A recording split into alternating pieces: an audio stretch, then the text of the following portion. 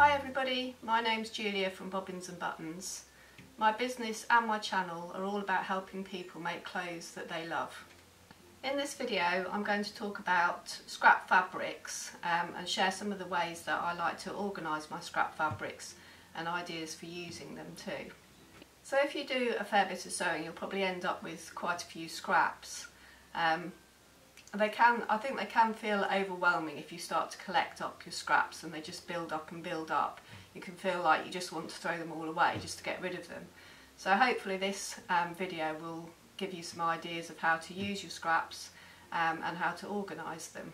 So as I run sewing classes, my scraps tend to build up quite quickly. So if my customers don't want to take their scraps home, I always encourage them to put them into this big black bag so that I can sort them out later on. I was also a child of the 70s, so the 70s was a time before all the cheap clothing imports existed. So my mum used to make all my clothes and my sister's clothes and her own clothes, and she would save all her scraps and wrap them into a little bundle and pin them just in case the garments needed repairing. But also these little scraps became the things that I learnt to sew with, so I'd make dolls' clothes and applique pictures. So there's lots you can do with scraps, and I really love all of that side of fabrics. So I'm going to show you what's in this bag and how I organise it. So just before I tip this out, I just want to mention this black bag is a huge oversized version of my overlocker drawcord bag, which is a tutorial here on my channel, so I'll add a link below if you want to make your own huge scrap bag. But as you can see, this one is bursting, so it won't actually pull up at the top at the moment. So let's tip this out. The one thing I would say just before you start organising, I've just got a pair of scissors handy because I'm going to separate the fabrics into small pieces and big pieces, and if there's a few straggly end pieces it's good just to trim them off to help organise it. So let's have a look.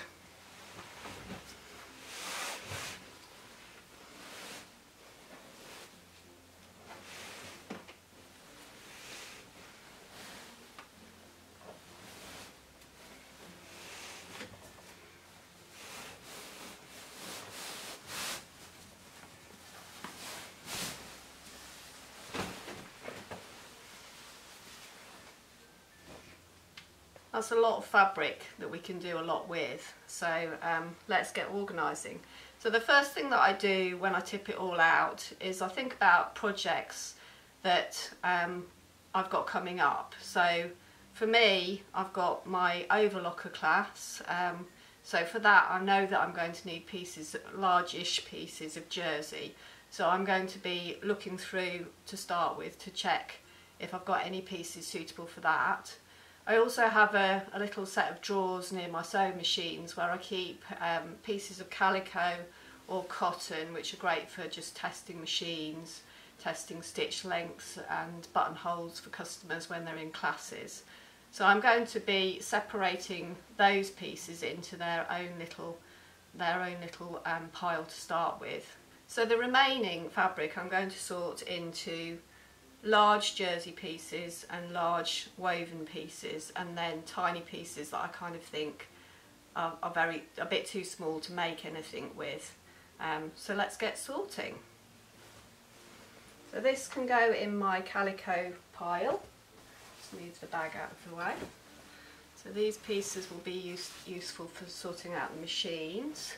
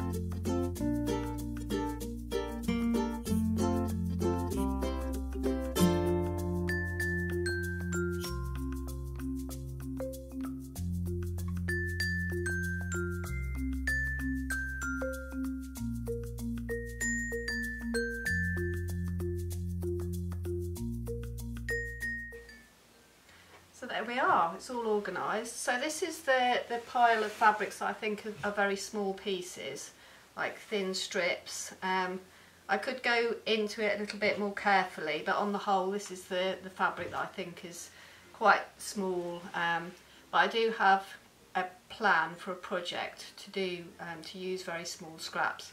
So I'm going to keep that as one bag of fabrics for that project, and I'm going to be sharing the project idea on this channel quite soon. So for the moment I'm just going to put that back in the scrap bag, just to move it out of the way for the next, to show you the next ideas.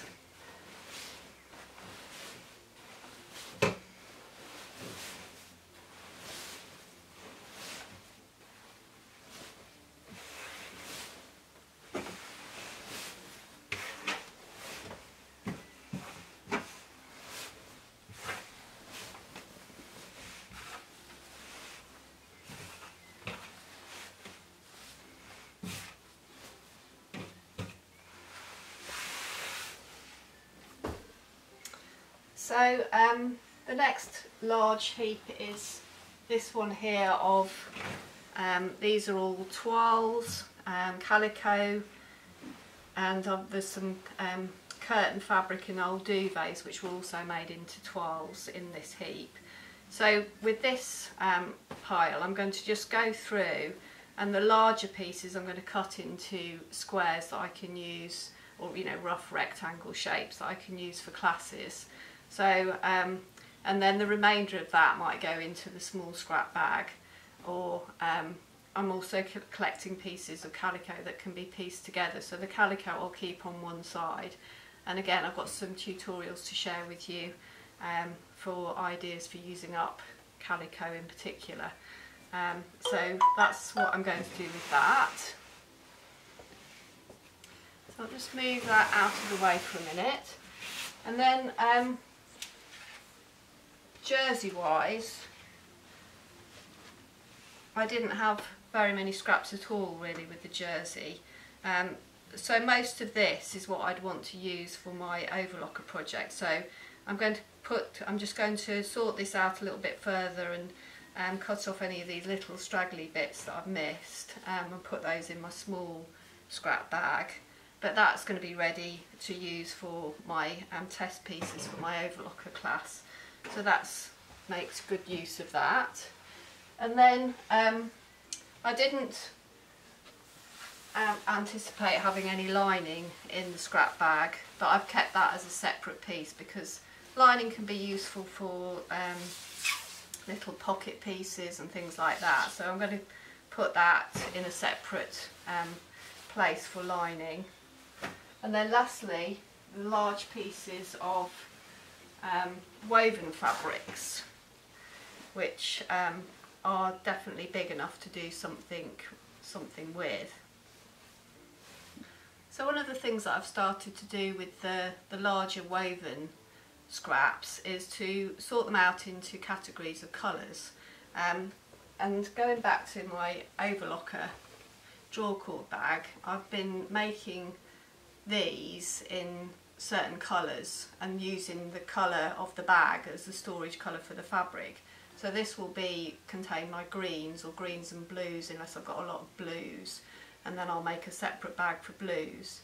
And it means that if as they build up, I could maybe look to make a sort of patchwork project with a colour theme, or if I want to mend something that's a certain colour, then I've got my scraps sorted into the colours, so that I can go straight away and they're nicely organised and I can find the colour that I'm looking for. So I'm just going to start to organise this into different colours and see what I've got.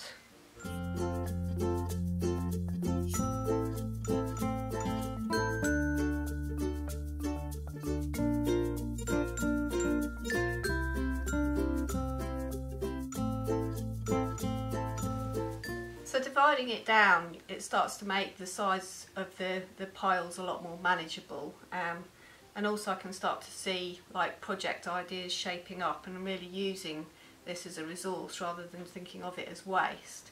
So already here I've got a nice collection of greys and blacks, so I might use these pieces to create another one of these drawcord bags and store my black and grey fabrics in that bag. And I've put together cream, whites, and I put yellow in there as well. And again, I could make a little bag to keep those in, but that might start shaping up as a project. I haven't got very much purple. I think purple and pink might sit together. I've got loads of blue, so again I think I should do there's a really large piece of this, so I think that's enough to make myself a blue drawcord bag and keep those large scraps in it. And then this I've kind of put greens and greys, and again do the same, and then I can revisit these bags of different colours when I'm thinking about a new project. So there are lots of things you can do with scraps.